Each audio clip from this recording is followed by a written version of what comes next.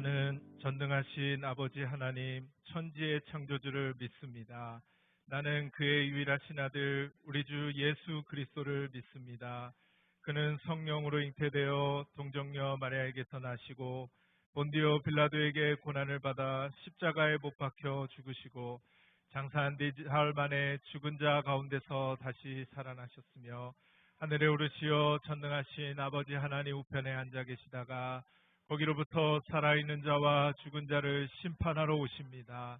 나는 성령을 믿으며 거룩한 공교회와 성도의 교제와 죄를 용서받는 것과 몸의 부활과 영생을 믿습니다. 아멘.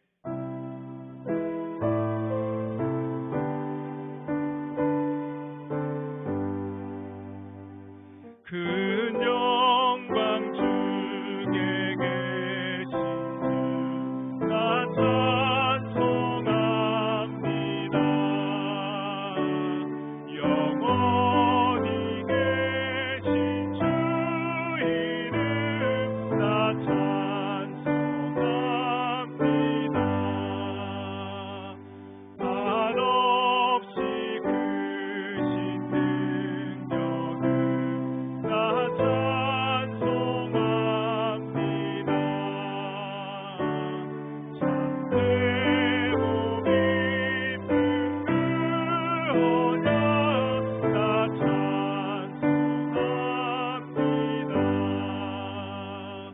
온 천지 창조하시던 그 말씀 힘인서 영원히 변치 않는 주 나 믿사옵니다. 그 온유하신 주께서 날 불러주시고 그 품에 품어주시니 나 찬송합니다.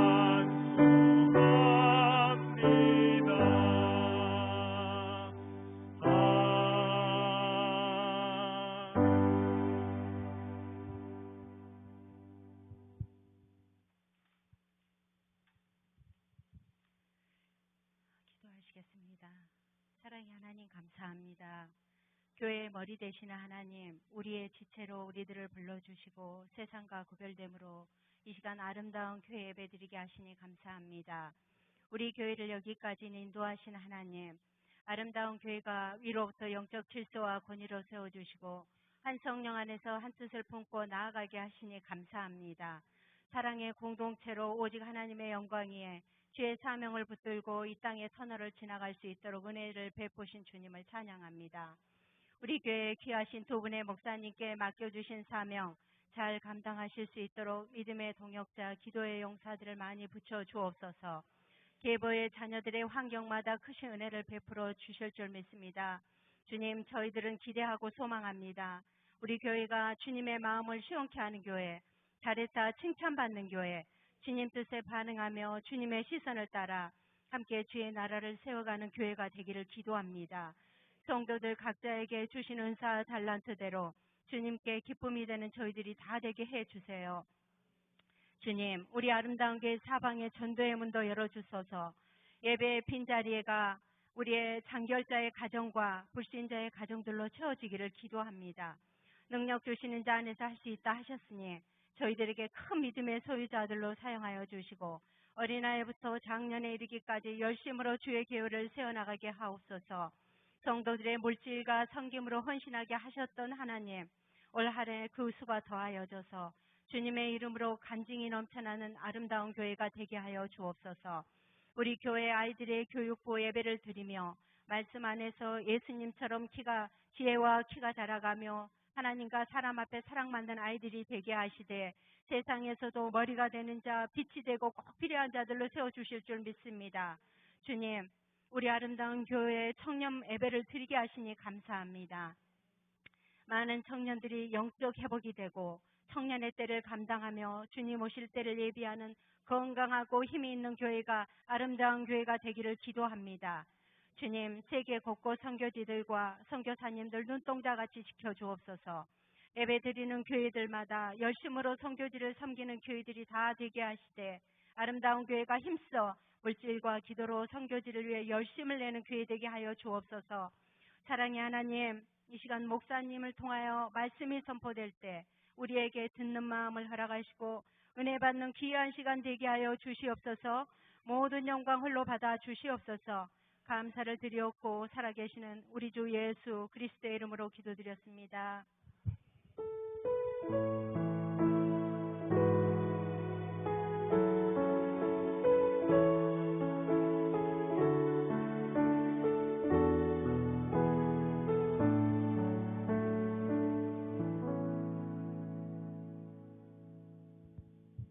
오늘 하나님이 우리에게 주시는 말씀은 여호수아 2장 12절부터 14절까지 말씀입니다.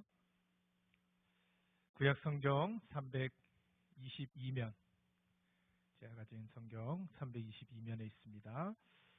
여호수아 2장 12절부터 14절. 우리 한 절씩 읽고 마지막 절을 다 같이 읽도록 하겠습니다. 그러므로 이제 청하노니 내가 너희를 선대하였은즉 너희도 내 아버지의 집을 선대하도록 여호와로 내게 맹세하고 내게 증표를 내라.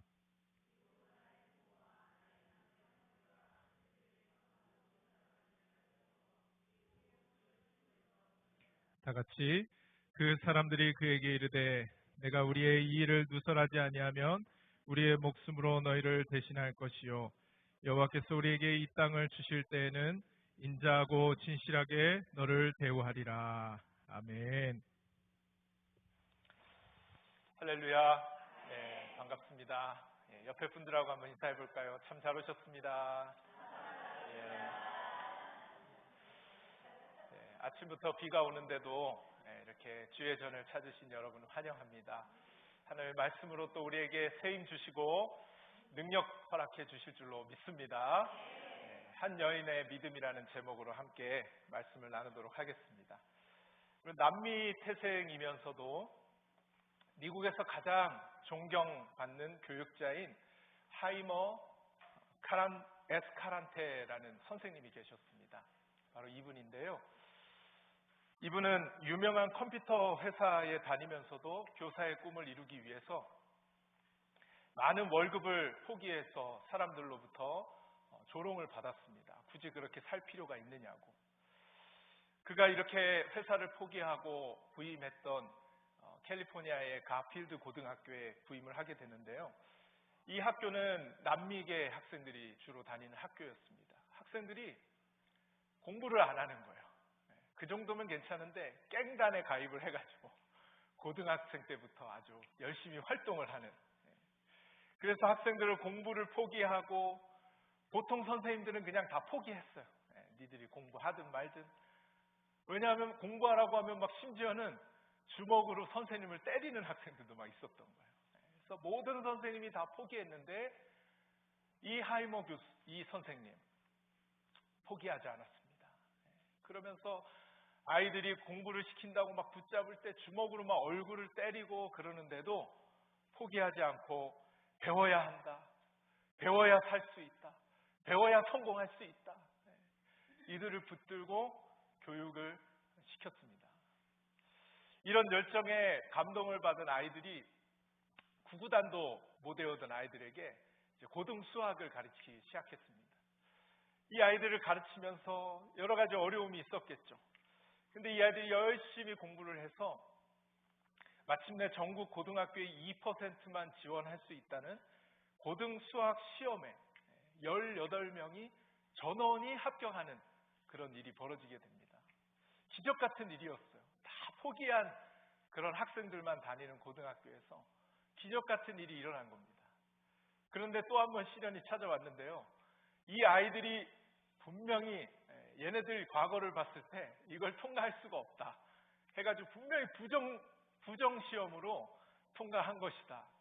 그 시험 출제위원회에서는 의심을 하게 돼요. 그래서 전원 탈락을 시켜버립니다. 분명히 얘네들은 부정행위를 했을 거라고. 이 아이들이 상처받을 걸 생각하고 선생님은 포기하지 않았어요. 다시 재시험을 요청하게 됩니다.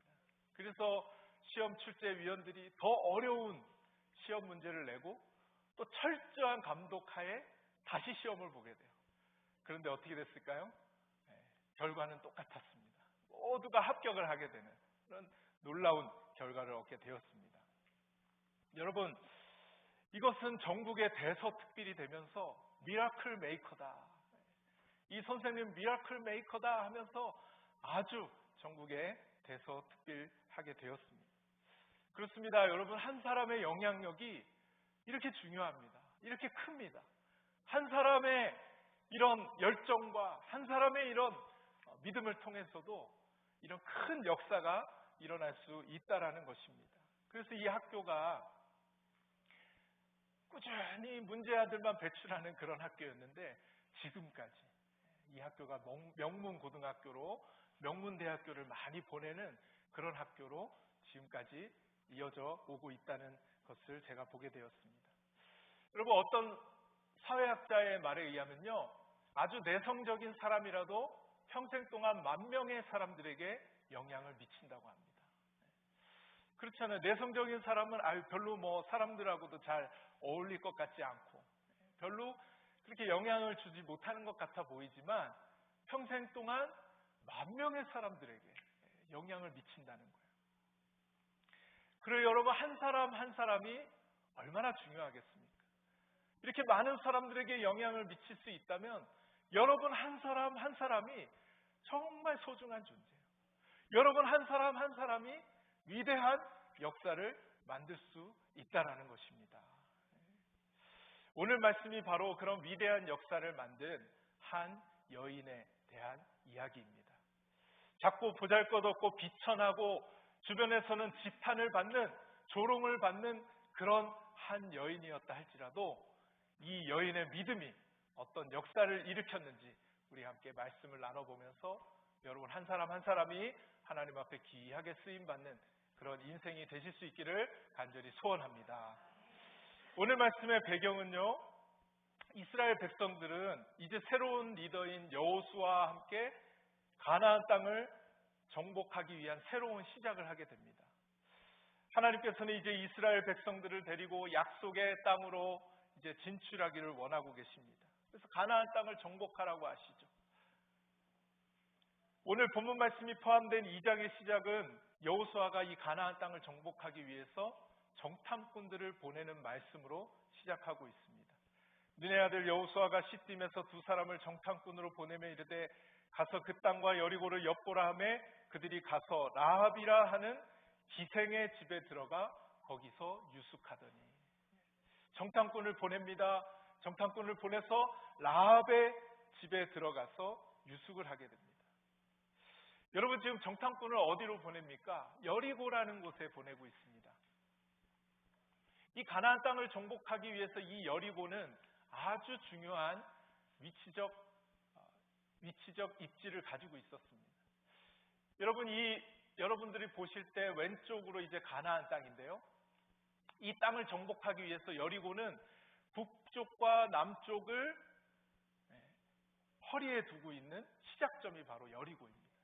그래서 이 시작점을 빠르게 점령해서 이 허리를 끊었을 때 힘을 잃게 되는 것입니다. 그래서 전략적으로 이 여리고성과 그 다음 이어지는 아이성, 이 허리를 끊는 것은 매우 중요한 군사적 전략을 가지고 있었다라는 것입니다. 마치 여러분 6.25 전쟁의 인천 상륙작전을 연상케 하죠. 북한군이 남한에 쳐들어왔습니다. 이제 낙동강 그 앞까지 완전히 다 점령을 했어요. 그런데 하나님의 도우심으로 메가더 장군이 어떤 작전을 펼쳐요? 인천 상륙작전. 이제 허리를 끊는 거예요. 허리를 끊어버려서 이 더 이상의 북쪽과 남쪽의 이 동력을 잃게 만드는 작전을 펼치죠. 그래서 그 작전을 통해서 허리가 끊어지니까 어떻게 됐어요? 하나님 은혜로 우리 남쪽이 또 자유민주 대한민국이 될 수 있었지 않습니까? 마치 그것과 마찬가지였습니다. 여리고는 굉장히 중요한 위치를 가지고 있었어요. 그래서 여호수아는 정탐꾼 둘을 이 여리고성을 무너뜨리기 위해서 보내게 되는 것입니다. 그리고 이 정탐꾼들이 머물렀던 곳이 어디였어요? 귀생 라합의 집이었습니다. 여러분, 이 소식을 듣고 여리고 성의 왕이 이 정탐꾼들을 잡으려고 샅샅이 찾아다녔습니다. 그리고 이 귀생 라합의 집에까지 찾아오게 됩니다. 여기 있는 거 다 알고 있으니까 내놓으라는 겁니다. 그때 귀생 라합이 여기는 안 왔다고, 여기는 안 왔다고 하면서 그들을 다시 돌려보냅니다. 여러분, 그리고 이 정탐꾼들이 그 군사들 잡으러 쫓아왔던 군사들이 떠나가고 이제 정탐꾼들이 다시 돌아가기 전에 나눴던 이야기들이 오늘 저와 여러분이 읽었던 말씀입니다. 여러분, 그 내용이 무엇입니까? 이제 이스라엘 백성들이 가나안 땅을 정복하기 위해 여리고 성을 쳐들어오게 될 거라는 겁니다. 이제 무너지게 될 거라는 겁니다. 그때 자신과 자신에게 속한 모든 가족들의 생명을 건져달라는 이야기를 이 정탐꾼들에게 하게 됩니다. 이야기들을 듣고 정탐꾼들이 그렇게 하겠다고 대답하죠. 여러분, 그리고 이 이야기의 결말이 어떻게 됩니까? 실제로 여리고성이 무너지게 되죠. 완전히 무너지게 됩니다. 하지만 여리고성이 점령되던 그날 여리고성에 살고 있던 모든 사람들은 다 죽임을 당하지만 유일하게 이 라합의 집에 있었던 모든 가족들은 구원을 받게 되는 그런 결말을 가지고 있습니다. 여러분, 이 라합은 어떤 여인이었습니까? 오늘 말씀에서 라합은 기생이었다. 그래서 기생 라합이었다 얘기하고 있습니다. 우리는 여기서 기생 라합이 어떤 여인인지 대충 예상할 수 있습니다. 하지만 언제나 그렇듯 우리 한 사람에 대해서 너무 쉽게 판단하면 안 돼요. 기생 라합이다 하니까 몸 파는 여자 딱 이렇게 가버리는데 그게 아닐 수 있다라는 거예요. 그녀가 한 남자들에 대해서 욕망으로 그렇게 되었는지, 돈을 벌기 위해 그렇게 되었는지, 아니면 다른 이유로 그렇게 되었는지 성경은 말하지 않습니다. 다만 고대의 이 사막이나 광야에서요, 전쟁이나 어떤 어려움으로 인해서 남편이 먼저 죽게 되면 여성은 지위가 너무 낮기 때문에 할 수 있는 일이 없었어요. 그래서 이 가족들은 먹여 살려야겠고, 그녀들이 많이 선택할 수 있었던 것은 이런 기생이 된다거나 노예가 된다거나, 여성은 할 수 있는 게 그런 것밖에 없었어요. 만약 라합이 이런 이유로 기생이 될 수밖에 없었다면 여러분, 라합에게 누가 돌을 던질 수 있겠습니까? 쉽게 돌을 던져서는 안 돼. 아유, 기생 라합, 몸 파는 여자, 이렇게 쉽게 가서는 안 된다는 것입니다. 실제로 라합은 기생 생활하면서 부모님과 이 남녀 형제들을 부양하고 있었던 것으로 보입니다. 상당수의 친족들도 함께 살고 있었을 것입니다. 그녀의 집은 여관을 겸하고 있었고 찾아오는 손님들에게 숙소와 음식을 제공했던 것으로 보입니다. 여러분, 우리가 흔히 쉽게 생각할 수 있는 만큼 그런 나쁜 인생을 산 여자가 아니었어요. 어쩌면 자기 가족을 내팽개치지 않고 이 가족을 부양하기 위해서 뭐라도 한 이 여자, 어떤 면에서 우리보다 낫다는 생각이 들어요. 가족 내팽개치고 떠나는 사람들이 얼마나 많아요. 그러나 기생 라합이었다 할지라도 가족들을 이렇게 부양하는 이 여인, 어쩌면 우리보다 낫지 않습니까? anyway, 이런 것들에 대해서 성경은 그 어떤 것도 이야기하지 않습니다. 그래서 더 이야기하는 것은 우리에게 문제가 될 수 있어요. 하지만 여러분, 성경이 이 여인이 어떻게 기생이 되었고 어떻게 살았는지 많은 이야기를 하지 않아도 성경이 분명하게 이야기하는 한 가지가 있습니다. 그것은 무엇이냐? 이 라합은 믿음의 여인이었다는 겁니다. 믿음의 여인. 그가 사회적으로 지탄을 받고 사회적으로 손가락질을 당하고 작고 연약하고 보잘것없는 그런 여인이었을지 모르지만 성경은, 그리고 하나님의 평가는 이 여인이 믿음의 여인이었다라는 거예요. 여러분, 하나님이 여러분에게 믿음의 사람이라는 평가를 내릴 수 있는 그런 사람들 되시기를 주님의 이름 축원드립니다. 하나님의 평가가 중요하잖아요. 여러분, 라합은 믿음의 여인이었습니다. 어떻게 알 수 있어요? 히브리서 11장 31절에 그것을 증명하고 있습니다. 우리 같이 한번 읽어보겠습니다. 믿음으로 기생 라합은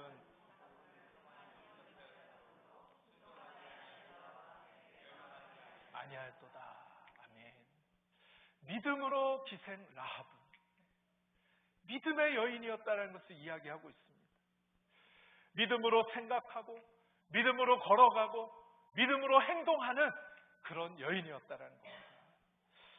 여러분, 믿음으로 모든 것을 했던 이 라합, 어떻게 보면 거짓말했던 것이 들통나면 죽임을 당할 수밖에 없는 그런 상황 속에서도 믿음으로 했다는 겁니다.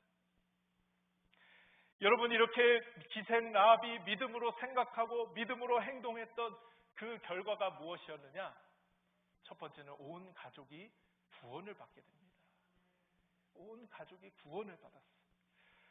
여러분, 한 여인의 믿음이 자기 자신뿐만 아니라 온 가족을 구원하게 하는 능력이 되었다라는 것입니다. 이렇게 믿음이 대단한 거예요. 빌립보 감옥의 간수에게도 바울이 뭐라고 했습니까? 주 예수를 믿으라. 그리하면 너와 내 집이 구원을 받으리라. 너가 주 예수를 믿으면 너뿐만 아니라 너의 가족이 구원을 받게 될 것이라는 겁니다. 여러분의 가정을 구원하는 믿음의 통로, 축복의 통로 되실 수 있기를 주님의 이름으로 축원드립니다. 한 사람의 믿음이면 된다는 거예요. 한 사람의 믿음. 그런데 더 놀라운 사실은 이것이 끝이 아니었습니다. 예수님의 족보를 보면 마태복음 1장에 여인의 이름이 5명이 등장합니다. 다말이 등장하고요. 룻, 우리아의 아내 마리아, 그리고 또 한 명이 누구예요? 기생 라합입니다. 라합이 거기에 들어가 있는 거예요. 여러분, 이것이 예수님의 족보인데요. 이 라합이 아마 구원함을 얻어서 이스라엘 백성들과 함께 살았을 거예요. 그래서 유다 지파의 살몬이라는 사람과 결혼을 하게 됩니다. 이 살몬이라는 사람과 결혼해서 태어난 사람이 누구냐? 바로 보아스예요. 보아스입니다. 여러분, 멋진 아저씨 아닙니까? 거짓골로 나타났던 그 룻과 결혼을 하게 되는, 룻의 인생을 건져내 주었던 그런 보아스. 여러분, 저는 이 보아스가 왜 그렇게 멋진 아저씨가 됐는지 알 수 있게 됐어요. 이 라합이 멋진 여인이었더라고요. 엄마가 멋있는 사람이니까 이 아들도 멋있는 사람이었던 거예요. 그래서 시어머니를 쫓아서 모든 것을 다 버려버리고 거짓골로 나타났던 그 룻. 여러분, 어떤 남자가 그런 여자를 거들떠 보겠습니까? 근데 보아스가 그 여인을 은혜를 베풀어 주는 것이죠. 여러분, 그렇게 보아스와 룻이 결혼해서 또 태어난 것이 오벳입니다. 그 아들이 이세고 그 아들이 누구예요? 다윗이에요. 그러니까 이 라합은 다윗의 증조 할머니가 고조 할머니죠. 고조 할머니였던 것입니다. 여러분, 이 다윗의 고조 할머니 너무 멋진 인생 아닙니까? 비참한 인생 한 여인, 그러한 삶을 살아갈 수밖에 없는 비천한 여인이었다 할지라도 그 믿음이 위대한 가문에 속할 수 있도록 만들었다라는 것입니다. 여러분, 남성 중심의 사회에서 연약한 여인이었다 할지라도, 기생이었다 할지라도 이렇게 온 가족을 구원하고 또 위대한 가문이 될 수 있게 만들었던 것이 무엇입니까? 바로 한 여인의 믿음이었다라는 겁니다. 믿음. 여러분, 한 여인의 믿음이 온 가족을 살리고 온 가족에 일으키고 또 위대한 가문을 만들 수 있다라는 이런 이야기를 들으시면 정신이 번쩍 들지 않으세요? 정신이 번쩍 들잖아요. 여러분 한 사람이 그런 위대한 역사를 만들 수 있는 줄 믿으시기 바랍니다. 여러분 한 사람. 저는 오늘 주일 예배에 참석한 모든 분들이 믿음의 영적 제사장들이 되실 수 있기를 주님의 이름으로 축원드립니다.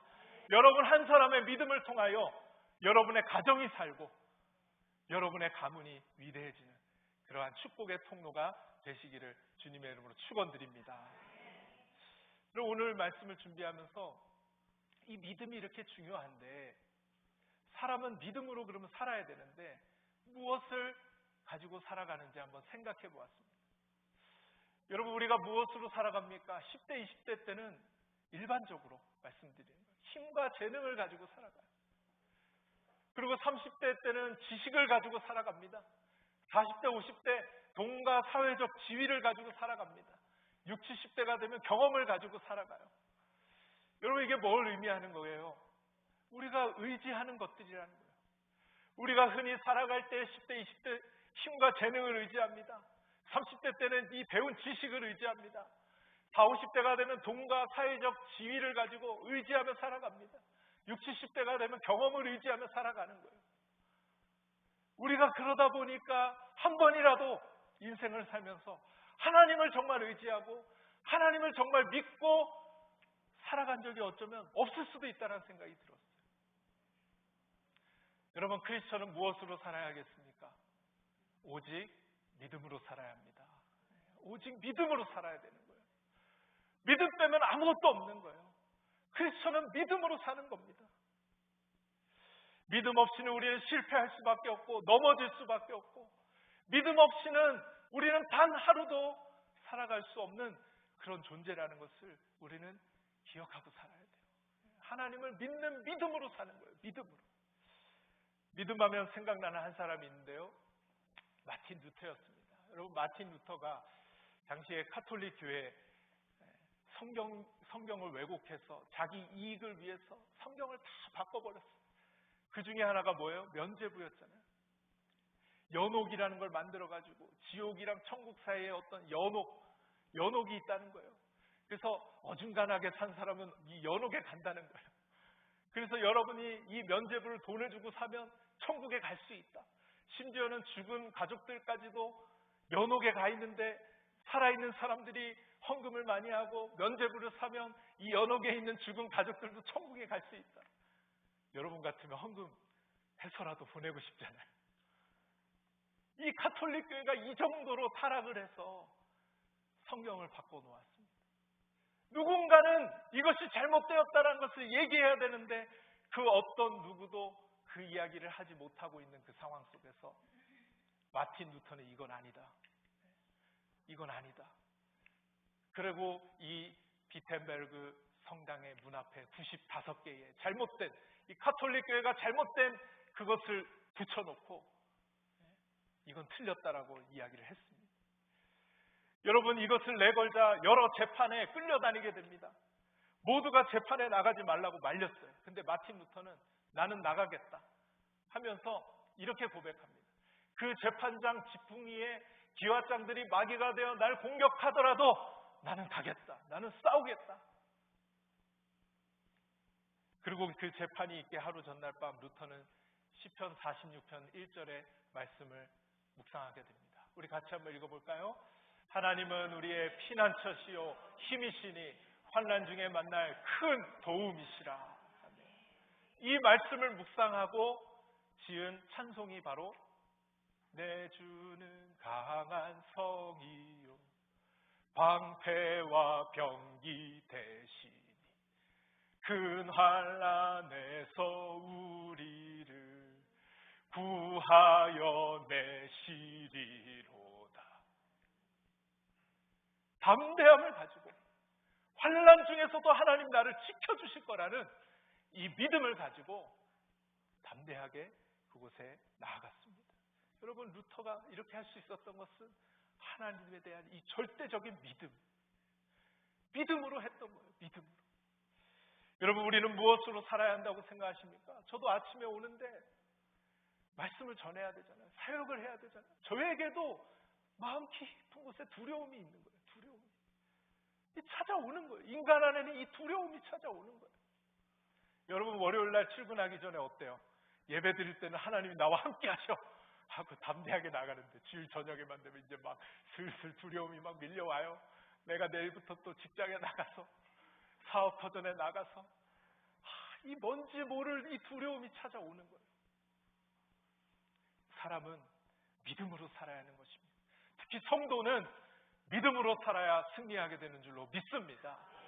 그래서 성경이 말하는 것은 오직 의인은 믿음으로 말미암아 살리라. 여러분, 오늘 이 말씀 들으면서 이 말씀 가슴에 팍 새기고 돌아갔어요. 오직 의인은 믿음으로 말미암아 살리라. 여러분이 그거 의지하면 여러분이 그 의지하는 게 나를 지켜줄 것 같지만 오히려 나를 더 두렵게 만들어요. 나를 더 두렵게 만들어요. 오직 하나님을 믿는 믿음만이 우리가 담대하게 살아갈 수 있게 하는 유일한 근거가 되는 줄로 믿습니다. 라합은 그렇다면 어떻게 하나님을 믿는 믿음을 가질 수 있게 되었을까요? 그것은 바로 여호수아 2장 10절에 나와 있습니다. 함께 읽어보겠습니다. 이는 너희가 애굽에서 나올 때에 여호와께서 너희 앞에서 홍해물을 마르게 하신 일과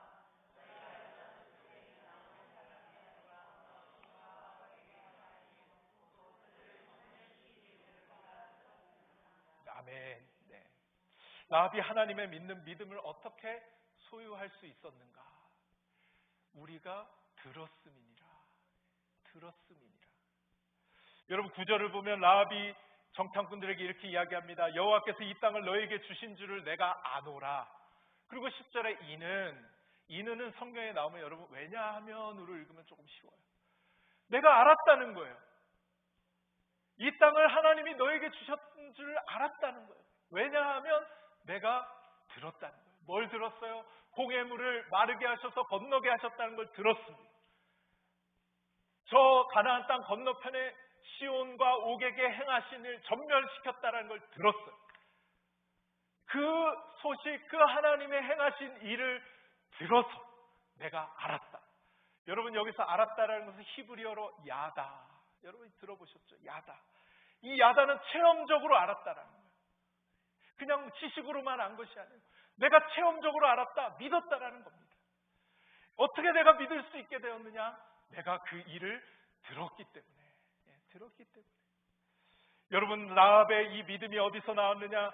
들음에서 나온 거예요. 들음에서. 여러분 믿음에서 어디서 나오느냐? 바로 들음에서 나온다는 거예요. 우리 로마서 10장 17절 읽어보겠습니다. 그러므로 믿음은 들음에서 나며 들음은 그리스도의 말씀으로 말미암았느니라. 아멘. 믿음은요 다른 데 생겨나는 게 아니에요. 옆에서 믿어야지 한다고 생겨나는 게 아니에요. 믿음의 원천은 무엇이냐? 들음에서 나고요. 들음은 그리스도의 말씀에서 말미암는다. 그리스도의 말씀을 들어야 믿음이 생겨난다는 거예요. 여러분 그런 점에서 예배 시간은 너무너무 중요한 시간입니다.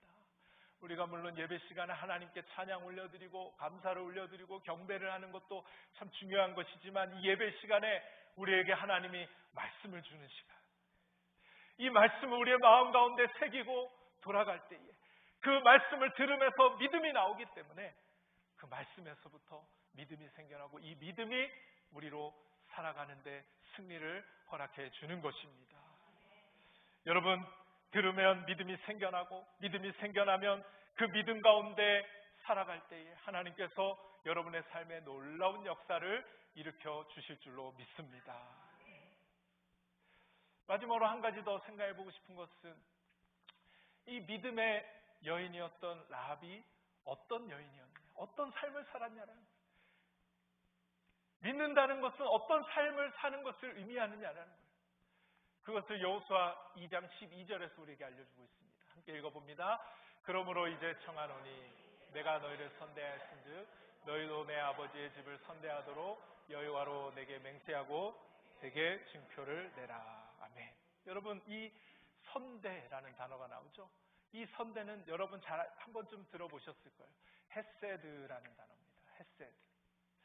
이것이 하나님께 대하여 사용이 되면 우리에게 변함없는 사랑을 표현할 때 헤세드라는 단어를 사용하는데, 사람에게 대하여서 사용이 되면 친절과 자비라는 뜻을 가지고 있습니다. 다시 말해서 라합이 자신을 찾아온 정탐꾼들에게 친절과 자비를 베풀어 주었다라는 것입니다. 그렇습니다. 라합은 자신에게 온 사람들의 생명의 소중함을 알고 그들의 생명을 지켜주기 위해 친절과 자비를 베풀어 주었습니다.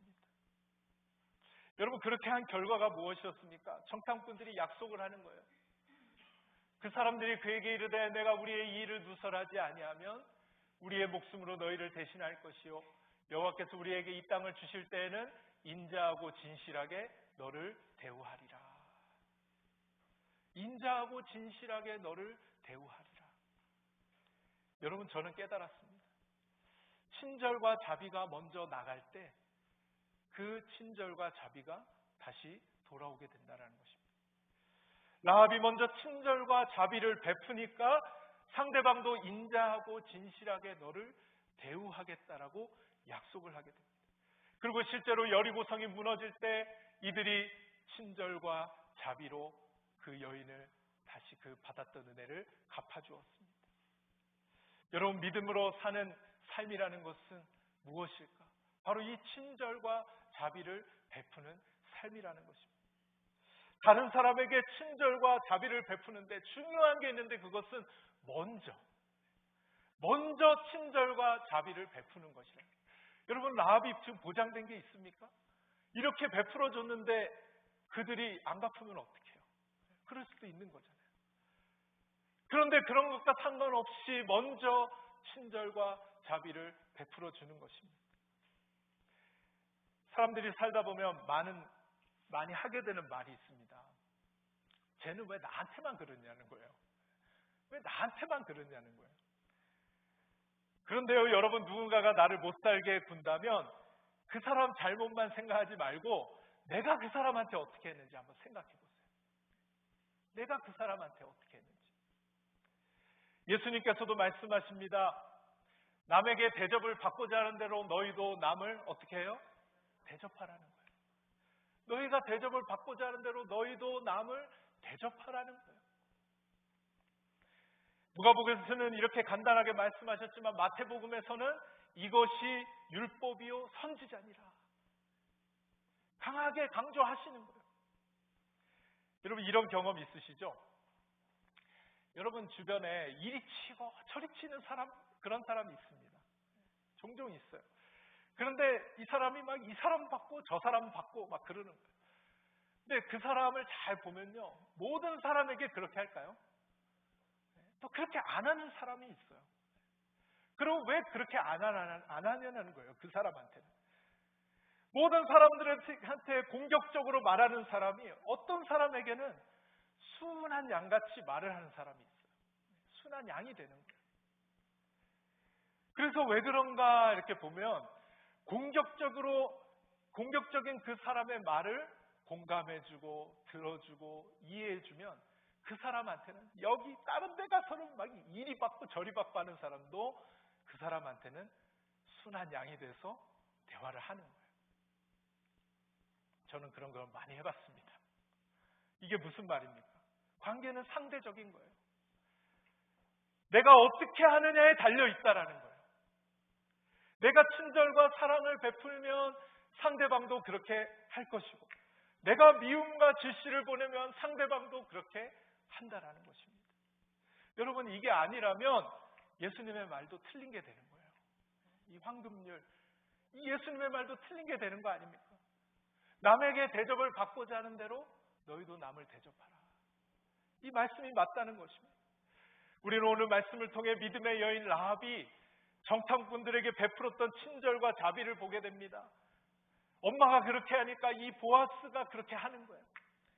또다시 모든 것을 다 잃고 거짓골로 나타났던 한 여인에게 베풀었던 친절과 자비를 보게 돼요. 그래서 이 룻기의 가장 핵심적인 단어가 헤세드입니다. 헤세드. 은혜를 베풀어주고 자비를 베풀어주고 친절을 베풀어주는 거예요. 보아스가 바로 이 친절과 자비의 사람이었던 거예요. 여러분, 그 아들 증손자 다윗이야말로 친절과 자비의 대표적인 인물이었습니다. 그 원수 같은 사울이 죽으니까 어떡해요? 엉엉 울면서 그 죽음을 아파요. 저라면 그렇게 할 수 있을까 싶어요. 친절과 자비를 늘 마음에 갖고 살았던 사람이었던 거예요. 그리고 또 한 사건이 있습니다. 다윗이 도망자 신세로 있을 때 전쟁에 나가게 되었는데 몇몇은 같이 나가다가 너무 지쳐서 더 이상 따라갈 수가 없는 거예요. 그래서 여기서 쉬고 있었어요. 그래서 힘이 있는 사람들만 데리고 나가서 전쟁을 하고 이겼습니다. 당시에 전쟁에서 이기면 전리품들을 다 가지고 오거든요. 그러면 전쟁에 나간 사람들만 그걸 다 가질 수 있는 거잖아요. 그런데 여기 따라오지 못한 그 사람들까지도 챙겨주는 거예요. 그 사람들은 정말 가고 싶었지만 더 이상 육신의 힘이 안 돼서 못 따라간 그 사람들까지도 그 전리품들을 나눠주게 돼요. 얼마나 아름다운 광경입니까? 너는 안 싸웠으니까 너 몫은 없어. 어디 넘봐. 이렇게 세상을 하지만 그 사람들 것까지도 챙겨주는 거예요. 그리고 다윗의 후손으로 오신 예수님, 얼마나 친절과 자비를 베풀어 주시는 분이에요. 병든 자에게, 마음이 아픈 자에게, 귀신 들린 자에게, 남자와 여러 번 이혼하고 지금 사는 남자도 남편이 아니에요. 그런 여인에게도 친절과 자비를 베푸시죠.